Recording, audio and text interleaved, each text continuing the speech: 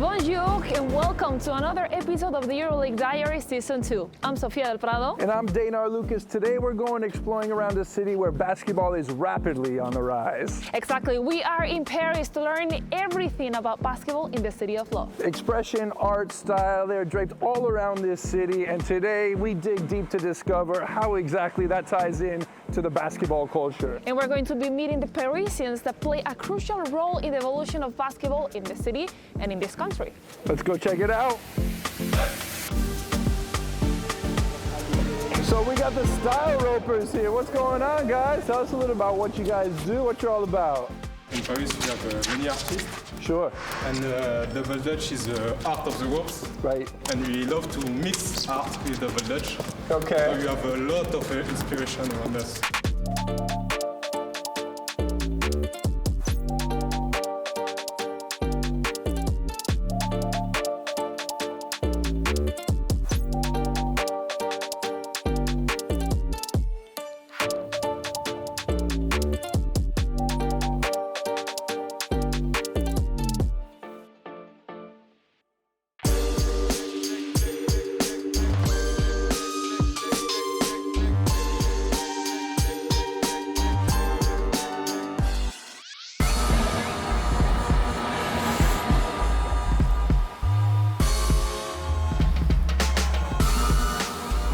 What a cool place we found here walking in Paris. Yeah, this is a basketball court right under the Glacier metro station, and just about everywhere you go in this city, you're reminded of what a sporty city is, what a basketball city it is. Exactly, and basketball is all around. Like, if you can see over there, we can see a guy that has some skill. Got some skills, let's go check it out, see what he's all let's go about. meet him.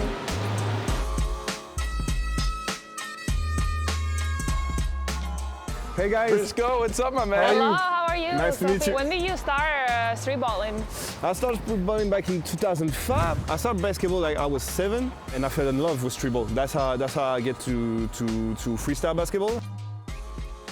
I used to take my ball everywhere I go, Right. and nowadays this my ball take me all over the Yeah, world. what does it mean for the city and for you to have a team like Paris Basketball? We are well represented. I like the atmosphere of this club because they show like a lot of entertainment. Like when you come to Paris basketball, I think to me it's the closest thing to USA basketball. Yeah. Who is one of the players that you think would make it as a street ball legend out here on the courts of Paris? Nadirifi, his game, like, it smells the street. Like, when you see him play, it's a lot of step backs, crossovers. It's like kind of watching Kyrie Irving, Okay. Or like watching Briso. Or like watching Briso. I know you can't have a ball in your hand without starting to show some moves or do some stuff. It's hard to me. Okay, Get let's after go. it, man. Let's Come go. on.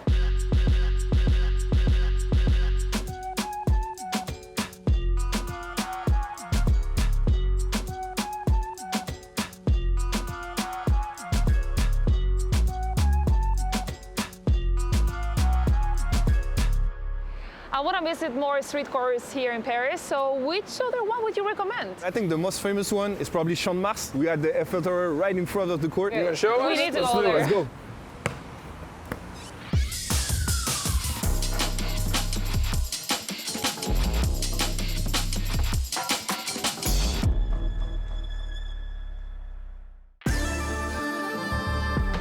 All right, guys. So this is Champ de Mars. Oof. One of the most beautiful playgrounds in Paris. Look how beautiful this is. Look at that view. Is this all you kidding me? want when you come to Paris and want to play basketball? Yeah, of course. This is the place that you gotta be for Yep. real. I'm gonna start shooting a bit. All right, my man. Well, We'll check you later. Do your huh? thing. Thank you. In the shadows of the iconic Eiffel Tower, it's the iconic George Eddy right here. Hello, What's up, man? How are you? Just fine. How are you doing? Great, man. Very Thanks. good. Thanks for inviting us into what's become your home here, huh? Yes, I've lived in France since 1977, and I've played on this outdoor court with the Tour Eiffel behind us for the last 30 years. I gotta say, it's one of the best views I've seen of a basketball court ever. We consider it simply the most beautiful playground in the world. I have to agree. So tell us a little bit about your journey, not just in basketball, but over here to France as well, and becoming kind of the voice of French basketball. Well, in 1977, I came over here. I played professionally for 15 years. At the end of my career, I was able to move into TV broadcasting on Canal Plus television in 1985. So I've been doing that for 39 years, which I think is a world record. I'm sort of the voice of French basketball during that time. What does it mean for Paris to have a basketball team right now that is doing so well in Europe? It touches me personally because I was the leading scorer on the Paris team when they went up to First Division. They're going to have a new 8,000-seat gym, and they hope to qualify for EuroLeague one day. Yeah. So they're ambitious. So I'm just happy to see that Paris basketball is still growing. So we came all the way to Paris and we don't want to leave without hearing what you do, listening to your job. And we have a very special guest that we were meeting earlier, and we want you to comment on his moves. Well, this will be a world premiere in English because I've done my whole career in French. Briso, come on in here, man. Show us what you got, fellas. Let's go, my man. Let's go. The world champion freestyler in 2013. He's still got the sleight of hand tricks that I guess you learned from the Harlem Globetrotters when you were young, huh? Right. And the Globetrotters don't do it any better than Briso. And he's spinning the ball in his finger. That's the thing that everyone thinks about, but then he can just, do 360s with the ball spinning on his hand and catches it. He tried to show me how to do all that stuff, but I wasn't too good at it. Bravo, Briso, you're still the number one in the world, Ladies man. and gentlemen, George Eddy and Briso, two legends of Parisian basketball, French basketball. Or the EuroLeague Diaries. And the EuroLeague Diaries.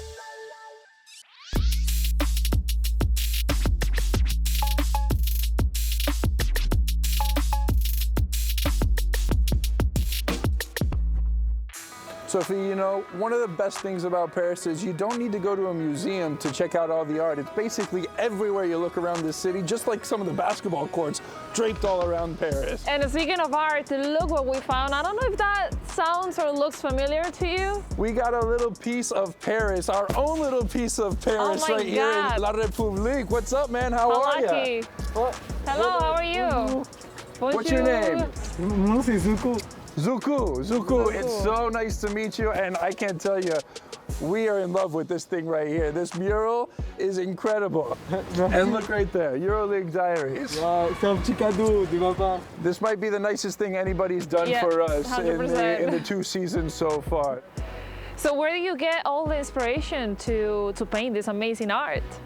Moi, je pense ce petit personnage depuis 4-5 ans. J'ai toujours peint, fait un peu dans la rue, sur papier, maintenant sur des vêtements. Et non, j'aime beaucoup la pop culture, la street culture en général. Zuko, how does your artwork and artwork all around the city kind of collectively define Paris? Paris est...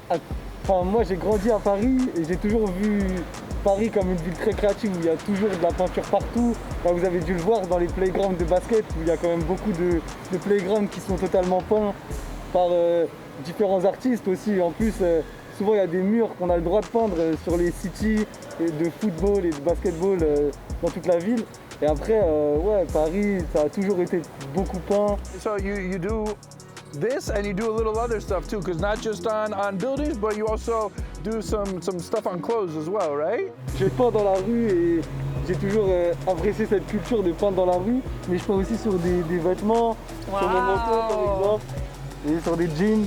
We've got some blank canvases here, some sweatshirts that we're going to put on. Would you mind painting so we can take a bit of your artwork home? A little gift for us. Perfect. Yeah, All right, thank man, you. let's do it. Okay. Great. It tickles a little bit. This surprised me.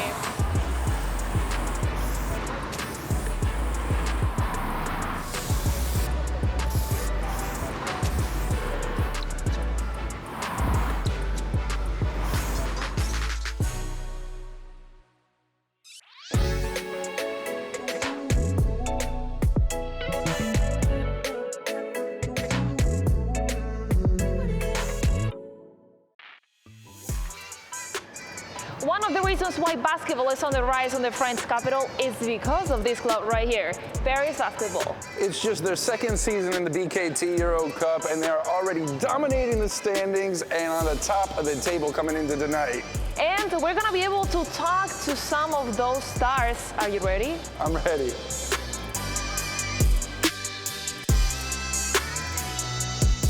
Nadir Hifi, thank you so much for joining us. I want to ask you, how is this season looking so far for Paris basketball? Incroyable, on s'attendait à des résultats qu'on voulait.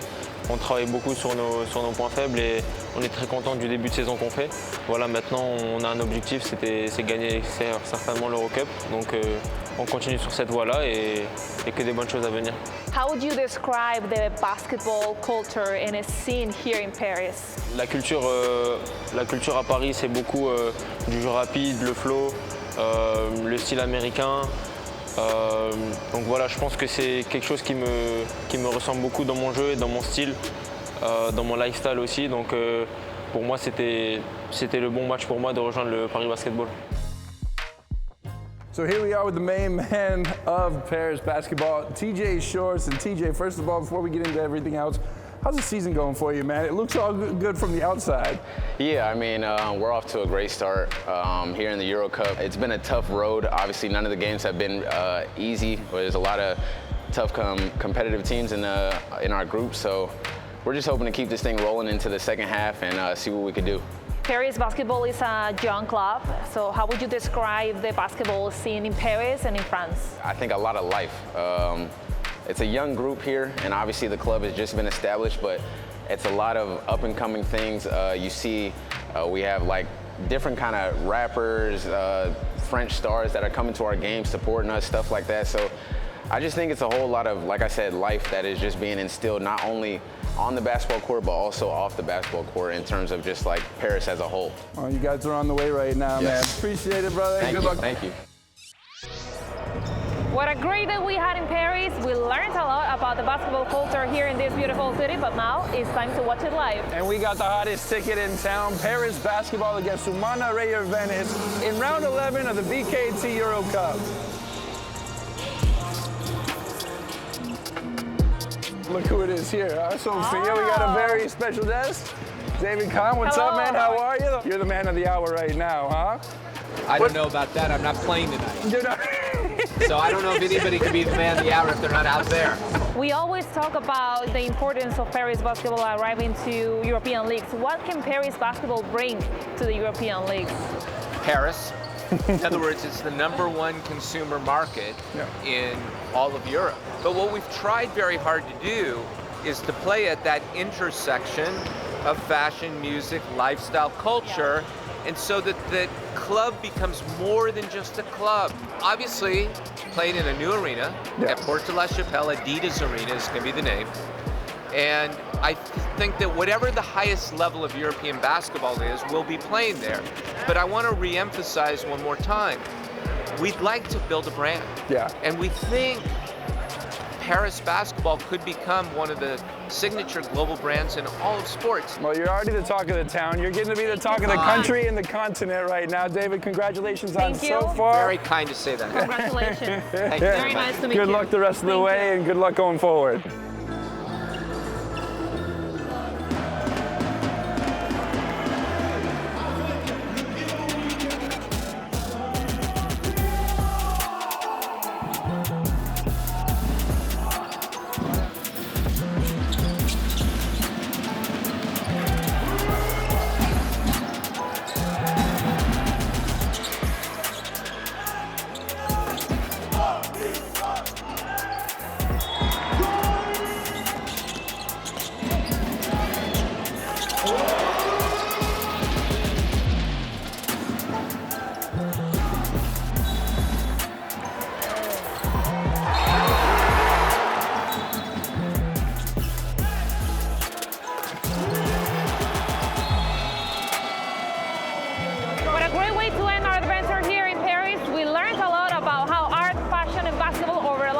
in this beautiful city, and we got to witness this amazing win by Paris basketball. This team is fast, it's fun, it's explosive, and I can't wait to see what the future holds for not just this team, but this city.